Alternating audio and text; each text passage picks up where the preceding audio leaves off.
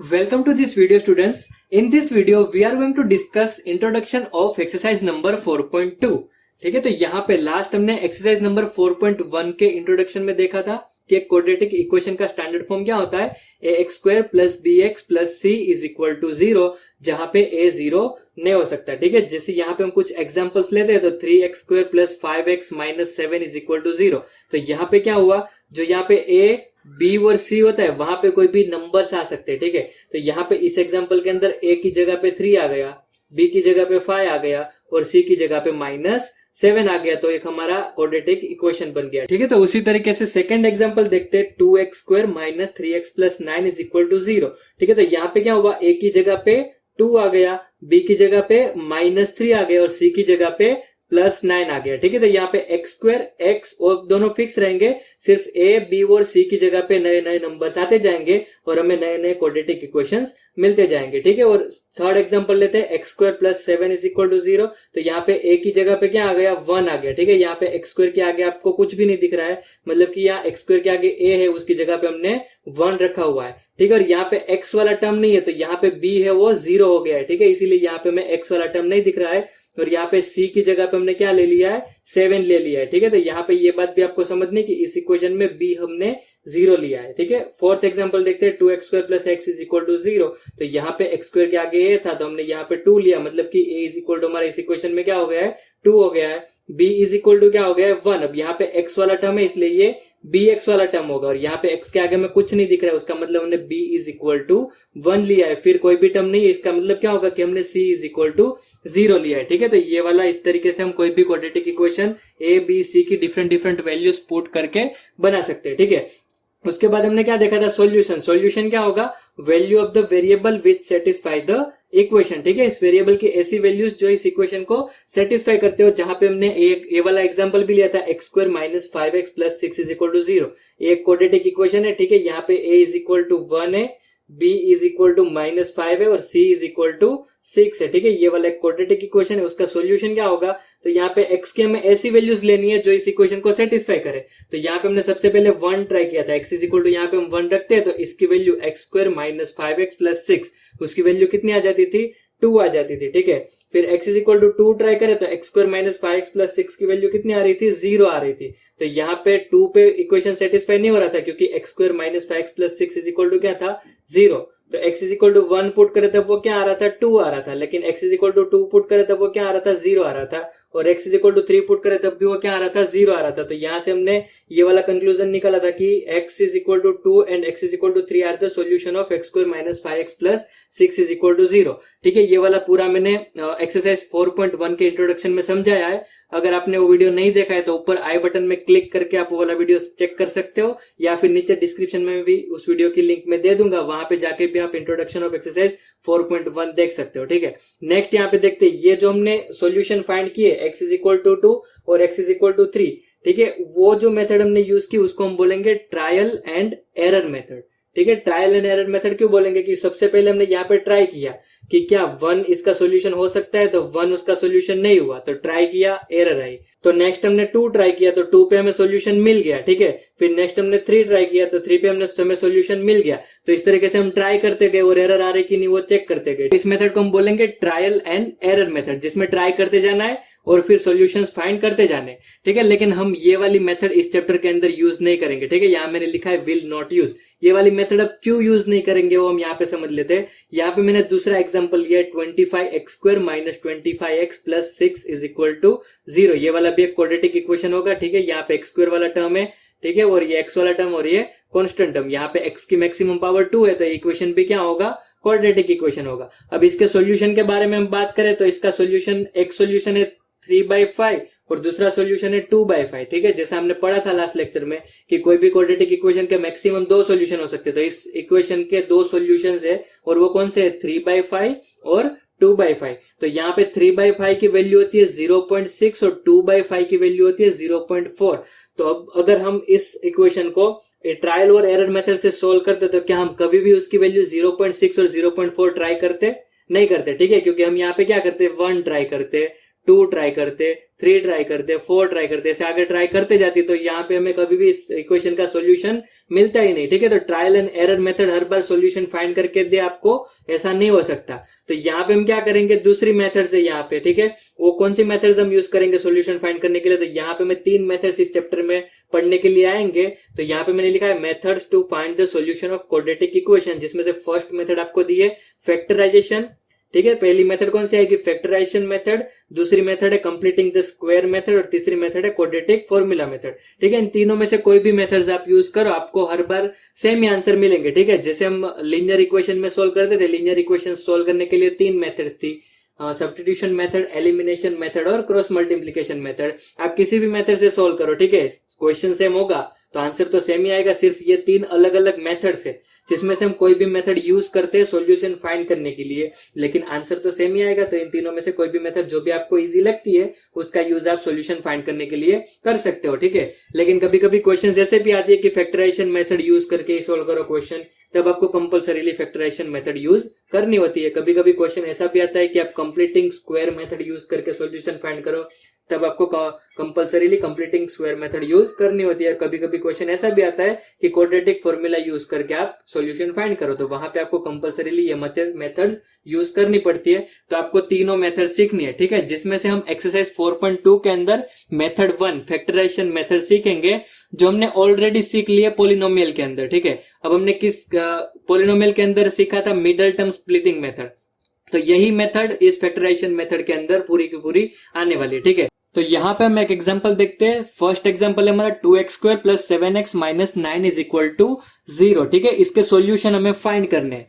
अब ये हुआ क्वाड्रेटिक इक्वेशन का क्वेश्चन, लेकिन यही क्वेश्चन हमारा पोलिनोमियल के अंदर भी आता था। क्वेश्चन किस तरीके से आता था, हमें इस तरीके से पोलिनोमियल दी होती थी, क्वाड्रेटिक पोलिनोमियल जिसको हम बोलेंगे। ठीक है, 2x² + 7x - 9, अगर आपको इतना ही दिया है 2x² + 7x - 9, तो इसको हम क्या बोलेंगे, क्वाड्रेटिक पोलिनोमियल बोलेंगे। ठीक है, इसमें आपको क्या क्वेश्चन पूछते थे, 0 फाइंड करो, तो 0 फाइंड करने के लिए हम क्या करते थे, इसको 0 कर देते थे, फिर हम x की वैल्यू फाइंड कर देते। तो यहाँ पे भी हमें यही करना है। ठीक है, ये वाला क्या है, हमारा क्वाड्रेटिक इक्वेशन है, इसका सॉल्यूशन फाइंड करना है। अब सॉल्यूशन फाइंड करना मतलब क्या होगा कि x की ऐसी वैल्यूज फाइंड करो कि जिसकी वजह से ये इक्वेशन सेटिस्फाई हो, मतलब कि इसकी वैल्यू क्या होनी चाहिए, 0 हो जानी चाहिए। ठीक है, तो ये सॉल्यूशन और जो हम पोलिनोमियल्स के अंदर जो जीरोस फाइंड करते थे उसके लिए सेम ही मेथड्स आएंगे। ठीक है, तो यहाँ पे अब किस तरीके से फाइंड करना है वो देख लेते हैं। तो सबसे पहले हम लिख देंगे ये वाला पूरा इक्वेशन, यहाँ पे लिख देंगे 2x² + 7x - 9 = 0। ठीक है, अब आपका 100% कॉन्सेंट्रेशन यहाँ पे होना चाहिए। ठीक है, कि क्या करना है, जो भी स्टेप्स आते हैं अच्छे से समझोगे तो ये वाली मेथड आप इजीली कर लोगे, सारे क्वेश्चन इजीली आप सोल्व कर लोगे। ठीक है, क्या करना है, तो सबसे पहले यहाँ पे ध्यान देना, जो भी फर्स्ट टर्म और लास्ट टर्म, ठीक है, फर्स्ट टर्म और लास्ट टर्म, वो भी कब, जब सारे टर्म्स आपने स्टैंडर्ड फॉर्म के अंदर अरेंज कर दिए। ठीक है, अब आपको क्वेश्चन होगा कि स्टैंडर्ड फॉर्म के अंदर अरेंज करना मतलब क्या होगा।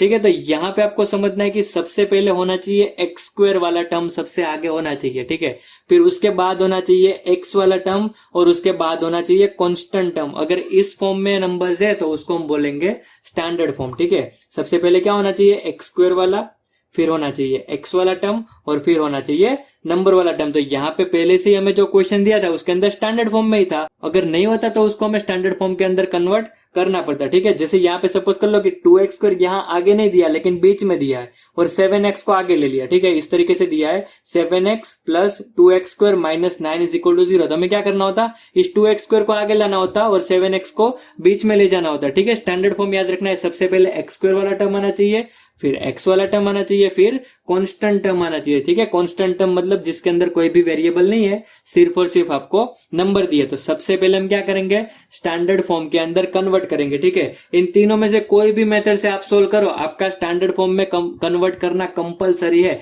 तो सबसे पहले आपको कभी भी क्वेश्चन आए कि कोई भी क्वाड्रेटिक इक्वेशन सोल्व करो, तो सबसे पहले आप क्या करोगे, स्टैंडर्ड फॉर्म के अंदर कन्वर्ट करोगे। ओके, तो स्टैंडर्ड फॉर्म के अंदर यहाँ पे पहले से दिया हुआ है, अब क्या करना है, तो अब यहाँ पे देखो। ठीक है, ध्यान रखो, यहाँ पे 100% कॉन्सेंट्रेशन यहाँ पे होना चाहिए। फर्स्ट टर्म और लास्ट टर्म क्या दिया है, फर्स्ट टर्म 2x², यहाँ पे भी x² को छोड़ दो, सिर्फ हम 2 पे नंबर्स पे ध्यान देंगे। और लास्ट टर्म आपको क्या दिया है, 9, दोनों को मल्टीप्लाई कर दो तो 2 और 9 मल्टीप्लाई होकर क्या बन जाएगा, 18। ठीक है, अब क्या करना है, इस 18 के बहुत सारे फैक्टर्स होंगे। ठीक है, जैसे 18 1 × 18 होता है, ठीक है, 2 के साथ कौन सा फैक्टर होता है, तो 9 2 जा 18 होता है। 3 के साथ भी 18 का कौन सा फैक्टर होता है, 6 3 जा 18 होता है। 4 के साथ 18 का कोई फैक्टर नहीं होता क्योंकि कोई भी 4 जा 18 नहीं होता है, ठीक है। 5 के साथ भी 18 का कोई भी फैक्टर नहीं होता।